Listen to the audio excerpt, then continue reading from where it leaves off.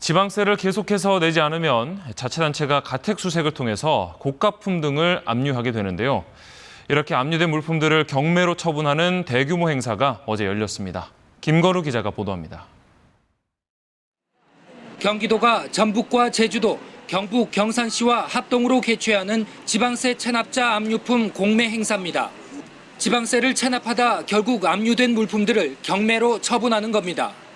최저 입찰가 500만 원인 다이아몬드 반지에 최저 480만 원으로 감정된 유화 그림이 눈에 띕니다. 최하 170만 원으로 평가된 여성용 손가방과 250만 원이 매겨진 자전거, 300만 원이 넘는 골드바에서 앙증맞은 돌반지들까지 모두 누군가가 애지중지하며 쓰거나 보관하던 것들입니다. 세금을 잘 내야겠다는 생각도 들었고 애기들 돌반지도 있는 거 보니까는 좀 이제 딱한 생각도 좀 들기는 하더라고요. 최저 입찰가 합계액 약 57억 원에 압류자는 160여 명인데 이들은 평균 6,900만 원의 지방세를 체납했습니다. 여러 차례 독촉에도 내지 않다가 먼저 부동산 압류 과정을 거친 뒤 결국 가택 수색까지 당한 겁니다. 자녀들이 보고 있을 때도 어쩔 수 없이 저희가 수색을 진행하고 해야 된다는 게 제일 안타깝습니다.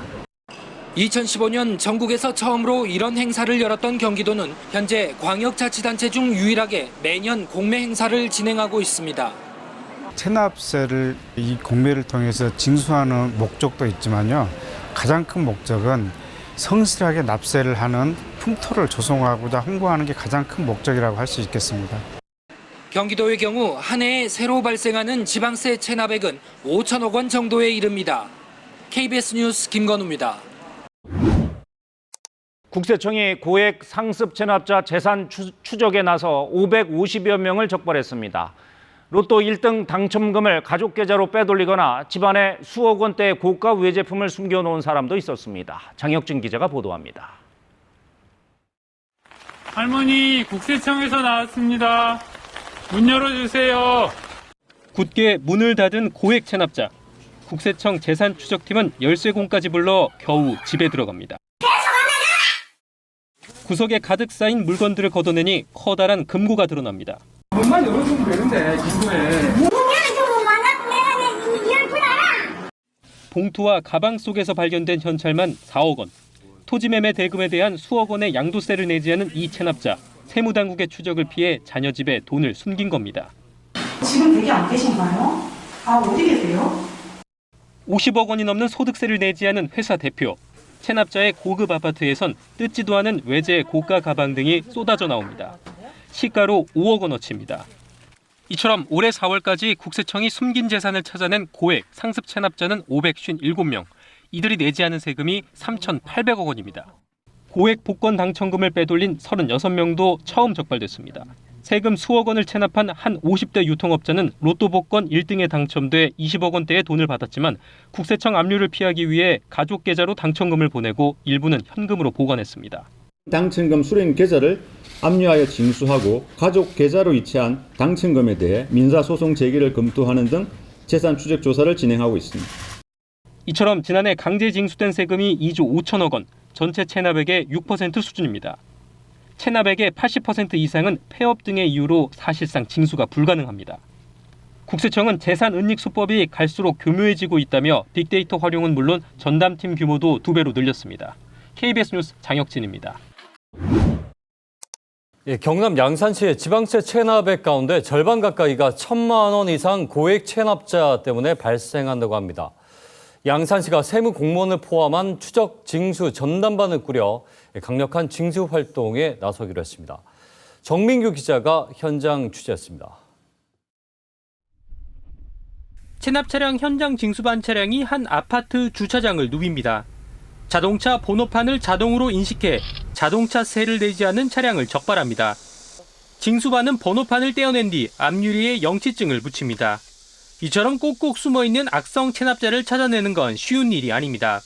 통상 주소만 해놓은 경우 가게 되면 체납자가 없습니다. 만날 수도 없고 살지도 않는 것 같고 그러면은 실제로 어디에 있는가를 찾는 데 있어가지고 탐문을 해도 잘 나타나지 않는 경우가 많았습니다. 계속되는 징수 활동에도 양산시의 지난해 2월 체납액은 515억 원으로 5년 전보다 120억 원 가까이 늘었습니다. 문제는 이 체납액이 상습 고액 체납자로 인해 발생한 게 많다는 겁니다. 양산에서 1,000만 원 이상 세금을 내지 않은 고액 체납자는 391명으로 이들이 내지 않은 세금은 전체 체납액의 43%를 차지합니다. 10번 넘게 세금을 안 내 상습 체납자로 분류된 사람만 4천여 명으로 이들의 체납액이 절반가량입니다. 양산시 전체 지방세로 봐도 7%까지 불어난 겁니다. 양산시는 추적 징수 전담팀을 꾸려 형편이 되는데도 재산을 감추거나 납세를 피해온 체납자를 상대로 강력한 징수 활동에 나서기로 했습니다. 명단을 공개하고 출국 금지도 의뢰하는 계획입니다. 뿐만이 아니고 관어 사업에 대해서는 제한을 하는 등 행정 제재를 가해서 강도 높은 추적 조사를 하도록 할 것입니다. 양산시는 체납자에 대한 가택수색, 압류, 공매 처분에도 적극적으로 나서는 것과 함께 징수를 위한 특별사법경찰관 인력도 늘리기로 했습니다. KBS 뉴스 정민규입니다. 보통 사람들은 세금을 늦게 내면 가산금이 붙을까 봐 서둘러 챙기고 심지어 미리 당겨서 내기도 하죠. 하지만 한쪽에선 세금을 1,000만 원 넘게 상습적으로 체납하는 사람들도 있는데요. 이들의 명단이 오늘 공개됐습니다. 하초희 기자입니다. 9억 3천만 원. 춘천에 사는 박모 씨의 취득세와 재산세 체납액입니다. 2008년부터 밀렸습니다. 개인으로서는 강원도 내 최고액 체납자입니다. 법인의 경우 최고액 체납자는 영월의 한 부동산 업체입니다. 2008년부터 안 낸 세금이 10억 원에 달합니다.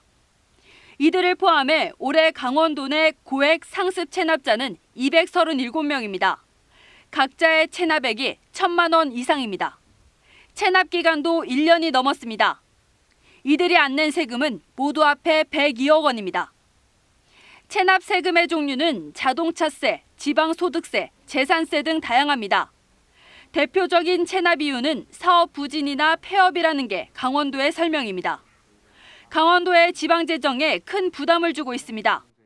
체납액이 늘어나면 늘어날수록 저희 예산이 줄어드는 효과가 있거든요. 강원도에서 추진할 수 있는 사업들이